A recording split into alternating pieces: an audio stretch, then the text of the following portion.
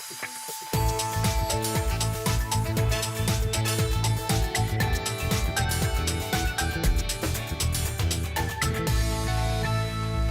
het is donderdag 26 februari. Dit is Bient. Met Joen aan tafel de wettenprofessor van Snits, Adse Ozinga. De Friese band De Cool Quest Git at het Sliedjagert. En de jonger Vincent Bergsma is hier. En Rijn Munnigsma, waarom de koloniën van weldadigheid vroeg erfgoed worden matten. 200 jaar geleden, toen had men het idee van als mensen dreigen te ontsporen, dan probeer je hen hier aan het werk te helpen, zodat ze weer perspectief krijgen. Ja, Munnigsma, wat is jouw eerste eigen herinnering aan de koloniën? Nou, dat ik als een lidsjonkje met pa en Beppe naar Frederiksoord gang. Toen net het idee hier dat het de koloniën van weldadigheid wien. Maar het weer wel weldadig dat mijn Beppe daar altijd een aaien verstapte. Maar PSK en die moest hem opzieken. Dat is de eerste herinnering? Ja, dat is mijn eerste herinnering eraan. Ja. Oké, we praten aan zijn vierde. Want eerst, hij is deze dagen de absolute hit van het Fries Skipfeert-museum in Snits. De vaststellings van wetterprofessor Adse Ozinga zitten groot vol en ben binnen bij een woord te slaan. Reden voor u om een college aan te vreten. Welkom, professor.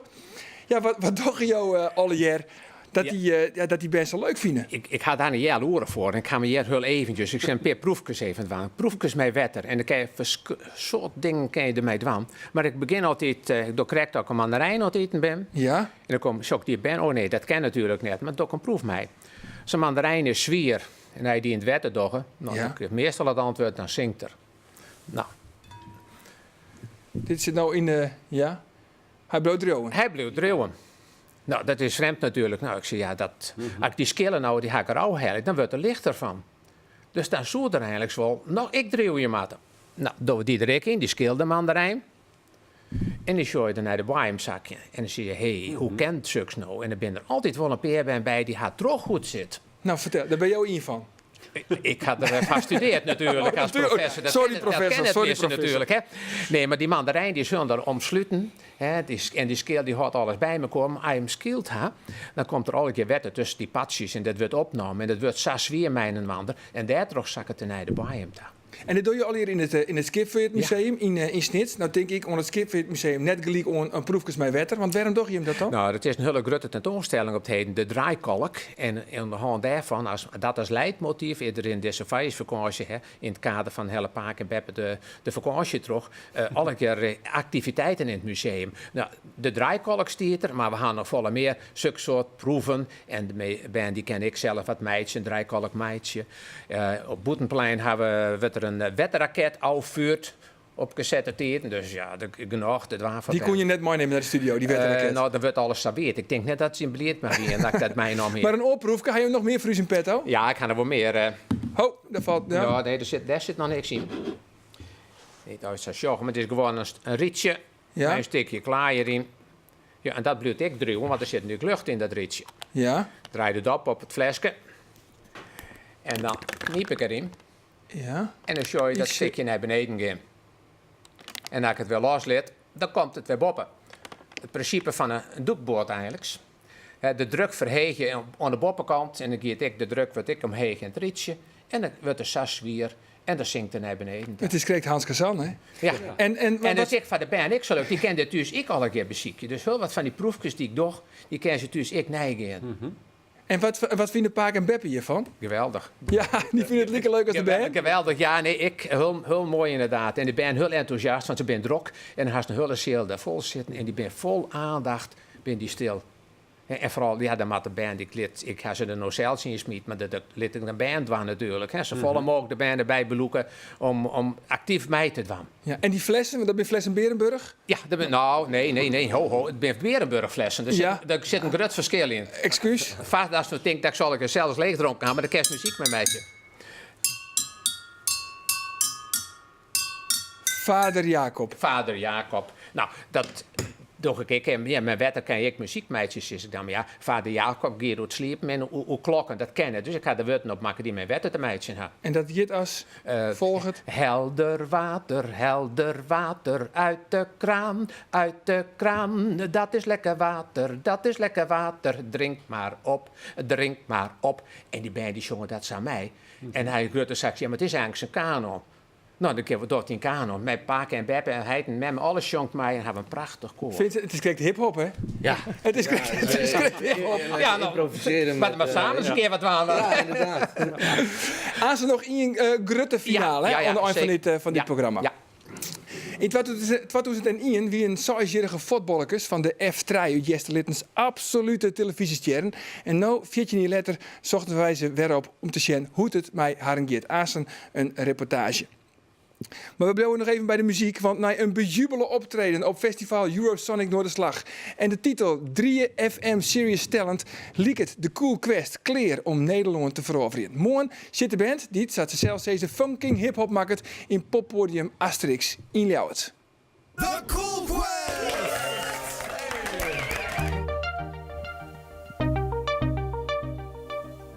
I keep on waking. Is that the woman next to me? I practiced what I want, cause yesterday I had way too much fun. Well, actually, it was yesterday, day before, and the day before that one. So show 'em how to help me out.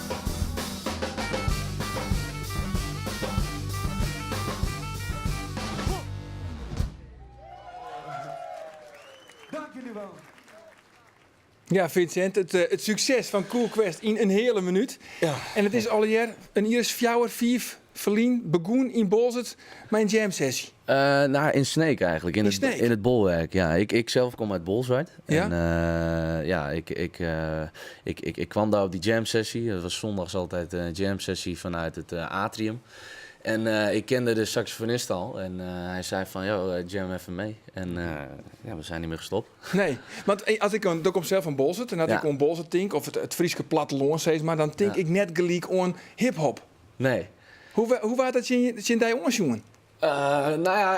Er is op zich wel een kleine hip-hop scene in Bolsward. Tenminste, ik heb veel vrienden daar en iedereen houdt wel van hip-hop, zeg maar. En, Ze zijn al hier rond hip-hopper in Bolzert. ja, zeker wel. En Is the place to be. ja, precies. En voorheen had ik een hip-hop formatie met 2 andere jongens, de Elementary. En daar maakten we tot laat in de nacht beats elk weekend. En daar traden we ook mee op.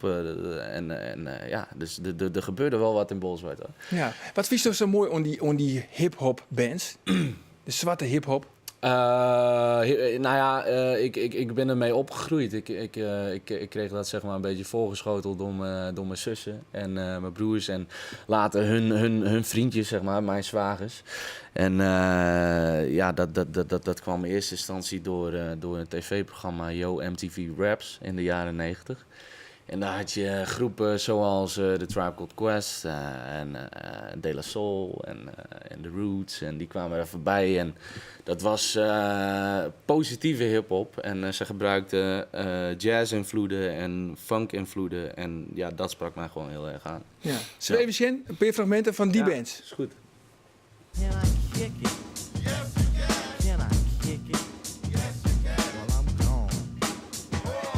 Can I kick it to all the people who can quest like a tribe does? Before this, did you really know what I was? Comprehend to the track force, why? 'Cause getting mentions on the tip of the vibe was. Style is surely our own thing, not the false disguise of showbiz. De La Soul is from the soul, and in fact I can't deny. Strictly from the Dan called Stucky, and from me, myself and I. Ja, Me, Myself en I van De La Soul. Dus ook het jeugdsentiment van mij. Maar wat spreekt hij zo aan in deze muziek? Nou ja, het was gewoon positieve hip-hop en good vibe, zeg maar. En dat straalde ze ook uit, zeg maar. En ze gebruikten, het was gewoon wat funkier en jazzy invloeden. En dat sprak me gewoon heel erg aan. Ja, is er een Friese hip-hop scene? Want ja, Bolzert is er dus een beetje, maar is er meer? Om eerlijk te zeggen weet ik het niet heel erg goed. Vroeger had je in Sneek. In het bolwerk werden wel vaak hiphopfeesten gegeven, zoals Hiphop Friesland. En daar had je dan echt de 4 elementen: breakdance, graffiti, turntablism op draaitafels en het MC, het rappen. En tegenwoordig heb je dat wel minder. En vooral in Friesland heb je dat. Maar dat die in Snits en de professor zit ik te knikken. Jouw van- kamer van- direct wel? Nou, nee. Ik denk dat mijn leeftijd daar een beetje een rol mee in spelen, had ik daar net gehad. Maar je jette dat dus wel, dat het te west staat. Maar dus is in Friesland, maar er zit nou verordening in. In orde delen van het land haast het nou wel op deze manier, dat het daar zo leeft. Nou, kijk, het is er natuurlijk altijd. Maar de jeugd, weet je, verandert en krijgt andere interesses. En die worden ook, weet je, krijgen andere dingen te zien op tv. En weet je, het leeft gewoon niet zo heel erg meer. Dus je moet het zelf opzoeken of zeg maar voorgeschoteld krijgen van oudere generaties. Of Rutte voorbeelden zien en dan leeft het weer op. Dus En het het zou is, best een mij op Weet je, en down. het is er nog wel. En als het er is het ook echt vanuit hier. Dat het echt vanuit pure interesse komt. En dat bedoelt toch mij, want er staat een paar keer dat het positieve hip-hop is. En dan denk ik, ja, dan ken ik negatieve hip-hop dan wijzen. Maar dat het vanuit in hart komt, dat betekent dat het positief is. Nou, Of kijk, dat- je hebt natuurlijk ook, er was in eind jaren 80, begin jaren 90 had je de gangster rap, eind jaren 80. En kijk, dat zijn hele andere vibes als nou, de groepen die je net hoorde. Zij rappen wat minder over met guns zwaaien of zo. Het is wat meer vanuit, weet je, vanuit het pure muziek maken en weet je, dat. Ja. Mooi, dan Dus, speel je hem op, treed je hem op in Asterix, Ja. poppodium Asterix in Ljouwert. En dat is voor het eerst weer even echt in Friesland, hè? Want zo vaak treed je hem nooit op in Friesland. Nee, we treden niet heel erg vaak op in Friesland. En ik moet ook zeggen, ik wil nog wat goed maken, want we stonden hier op de Friese Pop Awards en toen was ik ziek. En toen zat ik in de bus, lag ik in de bus en ik kon echt niet. Maar de band heeft het opgelost door zelf wel te spelen. En toen hebben 3 vrienden van ons, die hebben mij, die hebben mijn hachje gered. Ja. Dus we gaan morgen gewoon een dikke show knallen. En dan het wordt een mooi feestje, want het is ook uitverkocht. Dus Ja, dat is, hartstikke mooi. We zeggen niet, kijk de foto van de band. 4 bandleden, net volgens mij 4 uit Friesland. Hè? Dus echt een echte Frieske Ja. groep. Ja. De laatste vraag, waar wil je hem hoe 2 hier staan? Over 2 jaar. Pinkpop, minimaal. Nou ja, de festivals zoals Lowlands, North Sea Jazz, Pinkpop. En ik hoop dan de buitenlandse interesse die er nu is verder door te pakken. En lekker ook buiten de Nederlandse grenzen te toeren. Ik ben heel benieuwd. Ik vind het een heel soort succes. Dankjewel. Even sport, want in 2009 hebben wij een rie gemaakt van de F-treien van Jester Littens. Jonge voetballetjes van een hier size, maar een enthousiaste trainer. De trainer wie de height van een van de jonkjes. Wij zochten het dreamteam van de Gruiden, 14 letter weer op. The boys are back in town. The boys are back in town. Spread the word around. The boys are back in town. The boys are back in town. Sound of the wind is whispering in your head. Can you feel it coming back? To the one that go keep running to it there. We're coming home now. We're coming home now.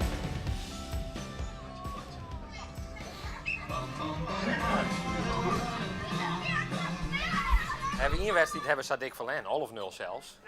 Maar vierdes keer het heel best maar dit ploegje. Nee, Wieke, Chin. Tjen, ik moet even op mijn papier loeren altijd even morgen, want ik heb dat nooit. Ik leef van wedstrijd tot wedstrijd. Wat dat betreft. Hij is altijd heel positief. Hij benadrukt ze altijd heel positief. En ja, dat vond hij het belangrijkste. Ik ga hier nog staan. Renzo, Jelmer, Jorrit en Aart. Oké, Jorrit keept de eerste helft, jongens.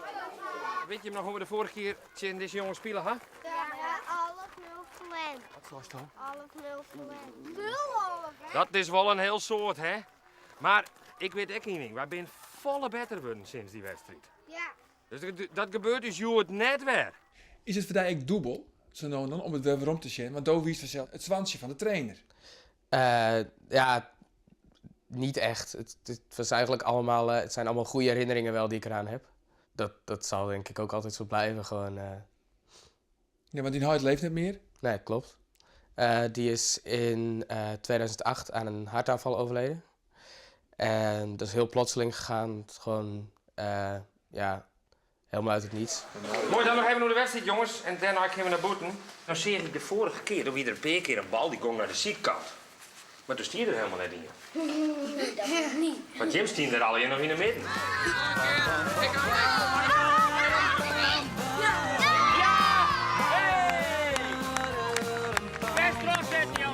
Nou, dit is een noffelijk begin van de dag. 10-0 winnen. Dit wie heel best. Ik moet zeggen, nou hebben we een paar van dat soort wedstrijden gewoon. Dat,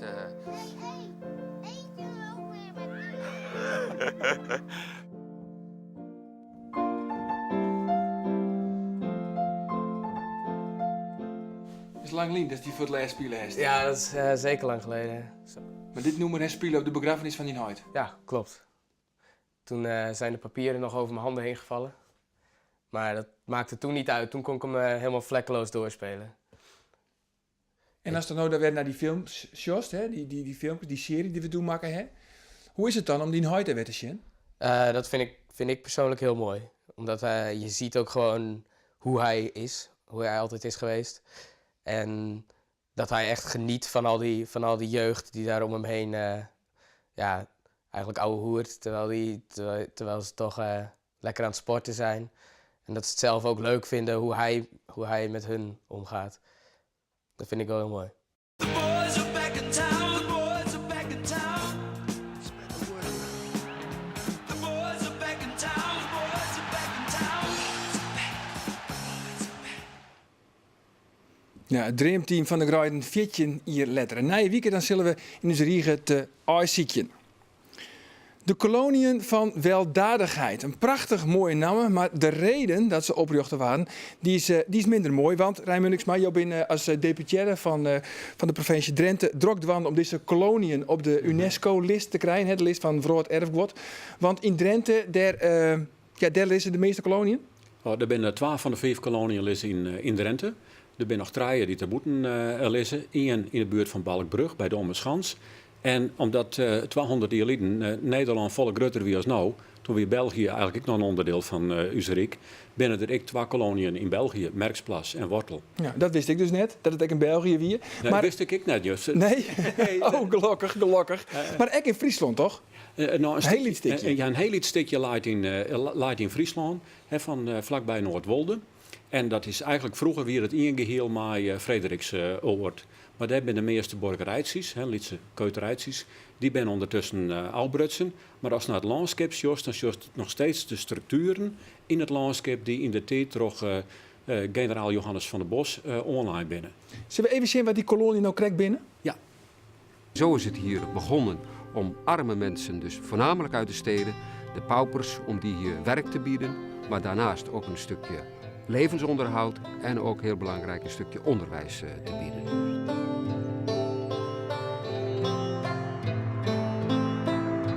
Daarnaast waren er ook onvrije koloniën, ook wel strafkoloniën genoemd.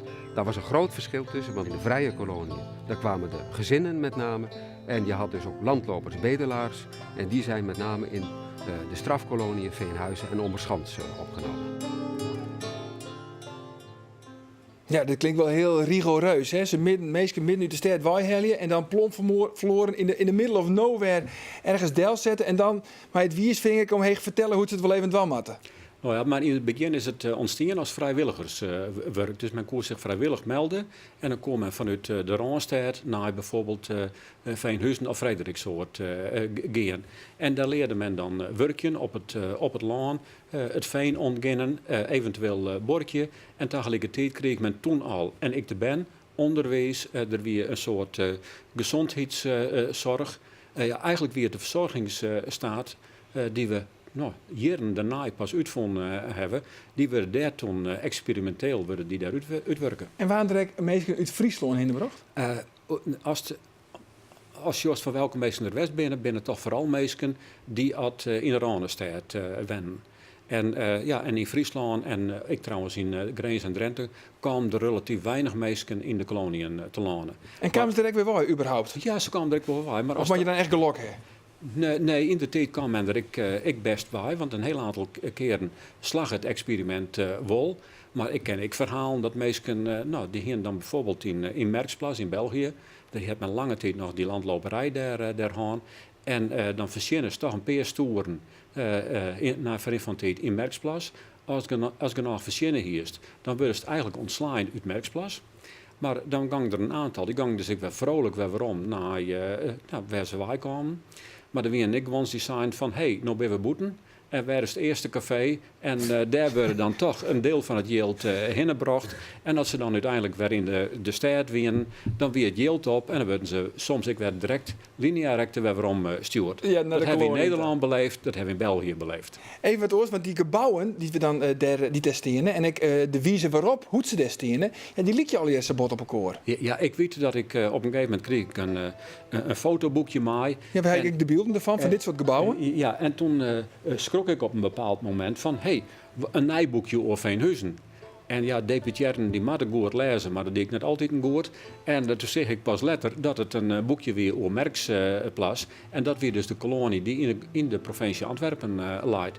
Maar het ligt echt qua gebouwenstructuur en aanpak heel erg op wat ik in Veenhuizen jost. Ja, want we hebben prachtige gebouwen verzeld en ik begreep ook dat je die graag behoren willen. Maar wat ken je deze daar dan nog mooi? Soms denk ik, stang die gebouwen maar dicht bij de stad, want dan kost er wat makkelijker wat mee, want het binnen echt hele grote gebouwen vaak. Ik als Jost van, er zijn tientallen monumenten binnen. Nou, wij hopen toch dat ze zo lang mogelijk op dit moment gevangenis blijven. Of dat ze een orenfunctie krijgen waarbij er toch een protemeesken gebruik kennen van die gebouwen. En dus zoals bijvoorbeeld in België, dat naast de gevangenis er een stuk opvang is van asielzoekers. En wat juist dan daarna ontstaan in Veenhuizen, dat op dit moment een oude gevangenis Bankenbos, die wordt nou weer gebruikt voor de opvang van mensen die hier asiel vregen. En dan krijg je toch weer een nuttige bestemming. Nog even een laatste vraag, want waarom willen jullie nou zo graag dat dit is op die lijst komt te staan van UNESCO? Nou, omdat het eigenlijk toch wel de combinatie heeft van mooie gebouwen, landschappelijke structuren die het heel erg op elkaar liedje, maar vooral het idee daarachter, dat het 200 jaar geleden zei van wij willen de mensen verheffen, dus zeg maar positieve hip-hop, om het zo uit te drukken. En dat positivisme, dat is wel heel belangrijk vanuit die tijd. En misschien is het ook wel wat belangrijk om dat in deze tijd wat meer van het snatje te hebben. Zo is dat. We gaan nog eventjes naar de professor. Want professor, jou zit er te trappelen, nou, zeg ik wel. Proef, en ik ben heel nieuwsgierig of jou dat ik ken. Hè? Dus nou, ja. ik jou graag er zijn maar weinig dingen die ik net ken. Joost het even terug. Heel rustig erin blazen. Pas op de papieren.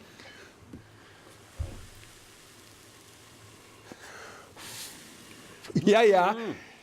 Ik zei het al, hè. Zo, en hoe lang kan het dan worden, professor? Hij kan wel 2 meter worden, maar dan was het heger staan, hè? Oké. Bij mij op een stoel staan.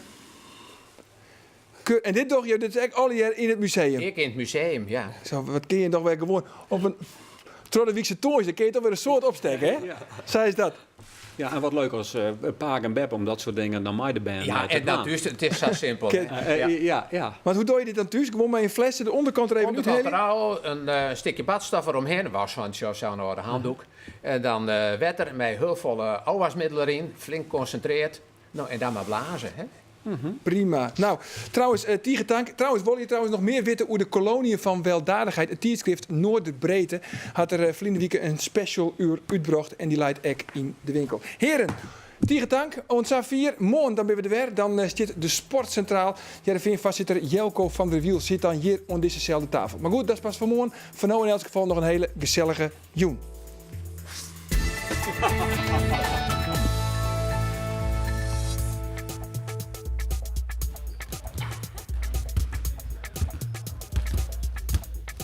Dankzij de Brouwers!